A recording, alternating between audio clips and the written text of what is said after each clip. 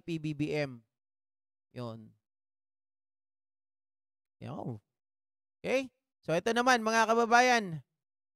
Halaka. Ay pag-usapan natin ang nangyari ngayon or update dito sa missing Sabungeros mga kababayan, mga ka-GP Natics dahil isang PNP CIDG General mga kababayan or Director rather ang sinibak sa pwesto dahil kumikilos daw ito ng palihim para baliktarin ang mga statement or ebidensya mga kababayan ng mga testigo.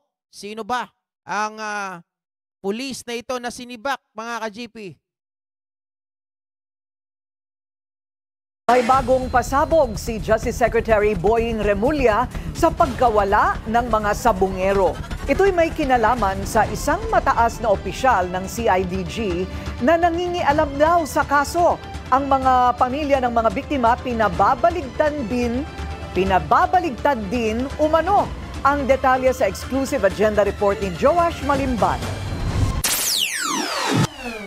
Kinumpirma ni Justice Secretary Boying Remulla na may isang pangkat sa hanay ng Criminal Investigation and Detection Group ng PNP na pinipilit umanong papirmahin ng mga pamilya ng missing sabungeros ng isang bagong affidavit. Ang umano'y laman nito, tila binabaliktad ang kwento at ang itinuturong mastermind mismong ang whistleblower na si Julie Dondon Patidongan. Una nang sinabi ni Remulla na upon recommendation, may isang direktor sa CIDG na narelieve sa pwesto dahil mayroon umanong ginawang aksyon na posibleng makakompromiso sa isinasagawang investigasyon. Kaya na-relieve na yung service director ng CIDG. Yung sinasabi kong service director na hihingi namin, yun, tinanggal na yung service director ng CIDG. Hindi inilahad ni SOJ kung ano ang specific details ng aksyong ito. Pero noong araw ng SONA ni PBBM, nakausap ng Billionaire News Channel ang ilan sa mga pamilya ng mga nawawalang sabungero. Kwento ni Ryan Bautista, kapatid ng isa sa mga biktima, bigla na lang pinapunta ang ibang pamilya ng missing sabungeros sa headquarters ng CIDG. Maaari palitan nila yung mga pulis na nag-iimbestiga kasi iba po ang lumalabas eh. Ang pinapalabas nila ngayon, ang kakasuhan nila yung witness namin. So hindi naman po tama yun. Kaya nga po lumabas yung witness namin, sinugal niya nga ang buhay niya para po matulungan kami. Tapos ngayon pinabaliktad pa nila, gusto pa nilang kasuhan yung witness namin.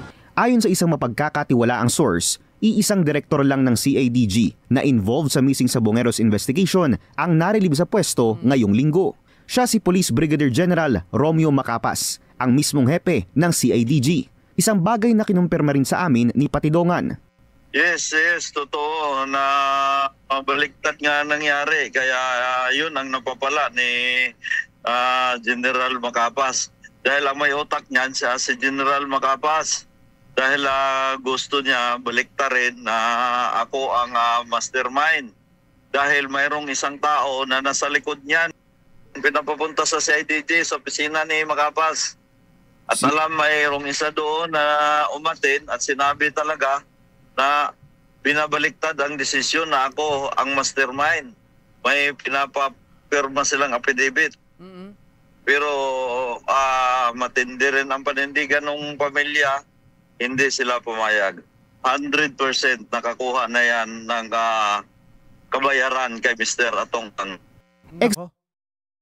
Paano ayun mga kababayan matindi yung mga paratang dito dahil nga naman syempre kapag ganun ang nangyari ay masisira po kasi ayon dito kay DOJ Boying Remulla ay talagang yung mga ebidensya mga kababayan hindi lang basta binabaliktad yung mga testigo, yung kanilang statement na nagtuturo kay kay Julie Patidongan na siya daw ang kakasuhan imbes na yung mga ibang mga pulis.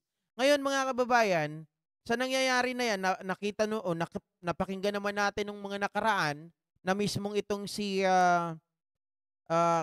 Napolcom Director Kalinisan meron ding tumatrabaho na dalawang tao, di ba? Dalawang tao. Yung isa ay ng isabong, mga kababayan, tapos yung isa ay gustong kausapin siya para maglabas daw ng testigo pero mga kababayan parang binabago nila.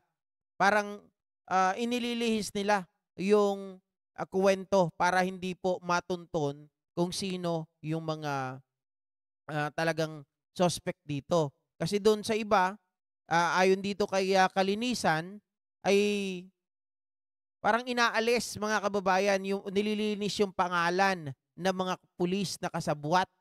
'Di ba? Napakaano talaga eh.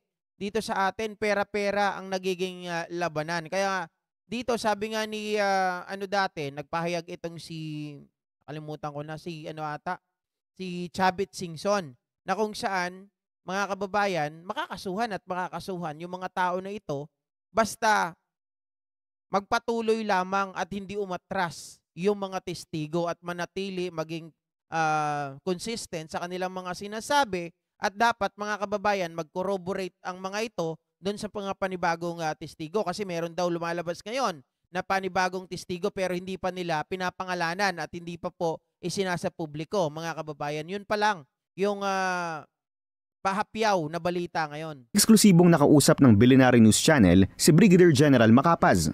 Mariin niyang itinanggi ang mga akusasyon ni Patidongan. Aniya, matinding paninira lang umano ito at mismong si Patidongan daw ang maraming tinatago. Walang katotohanan yun, sir.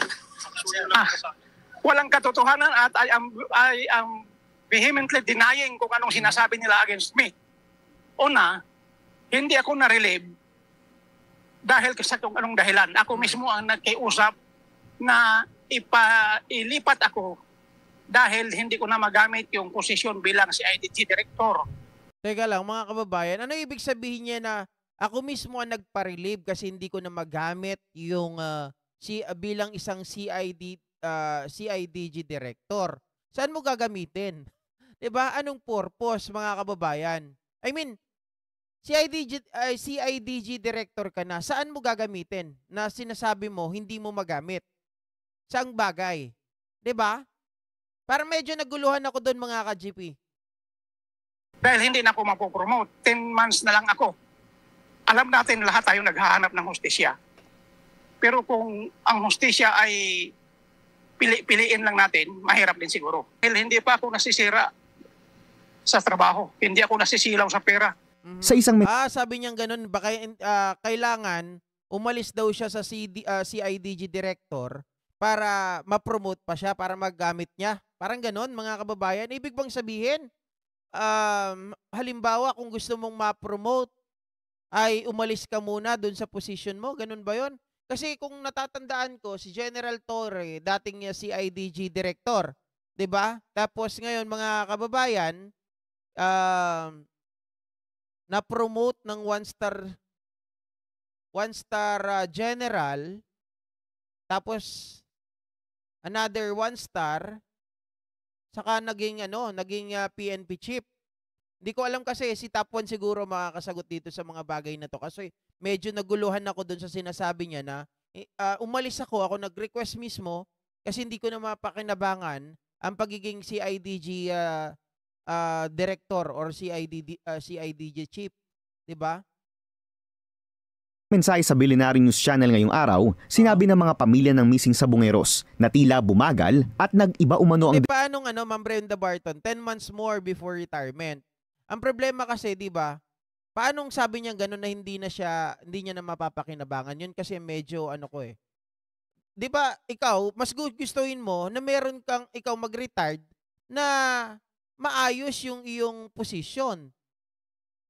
Di ba? Bilang isang pulis, kung mananatili ka.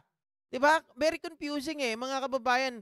Kaya nga hindi ko maintindihan kanina yun Inahanap ko yan. Sabi kong ganun, anong gusto niya itong sabihin na hindi niya na mapapakinabangan yung pagiging CIDG chief niya or CIDG director. Unang-una, kung ikaw ay magre-retire, mas maganda na mag-retire ka bilang CIDG chief, diba? Or CIDG director. Ano bang promotion ang sinasabi niya?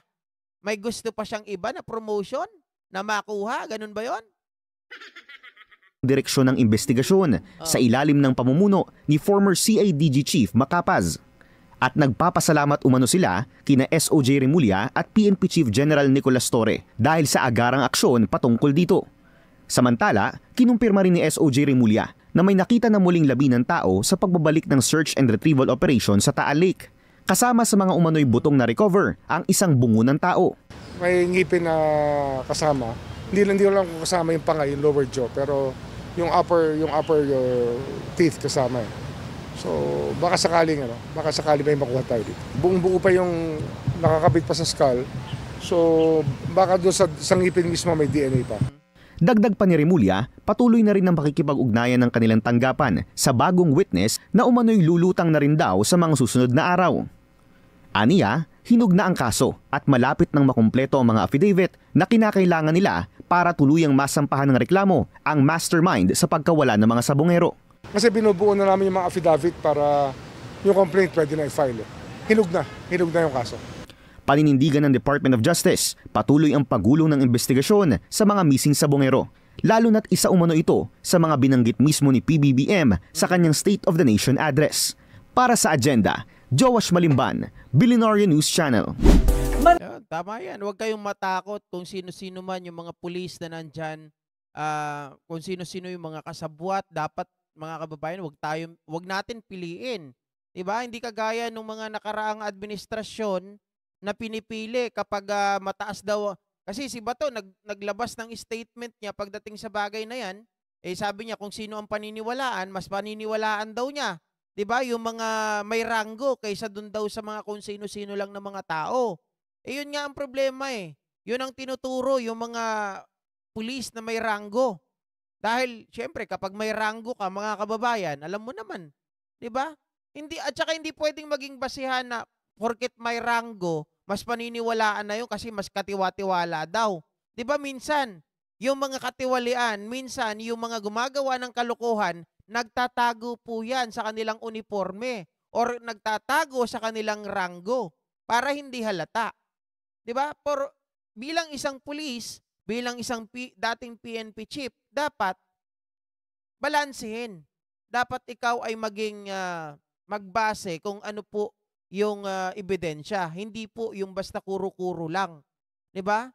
Mas mahalaga yung ebidensya, mga kababayan, na magpapatunay na kung itong mga taong ito ay kasabwat, dapat parusahan. Hindi yung maaga pa lang nagbibigay ka na kaagad ng statement mo na kesyo ganyan, paniniwalaan mo to kasi mahaba na yung kanilang itinigal sa serbisyo, hindi nila pababayaan, hindi nila sisirain yung kanilang pangalan, hindi na nila sisirain yung kanilang ranggo, utot mo. Halak ka. Diba? Oh.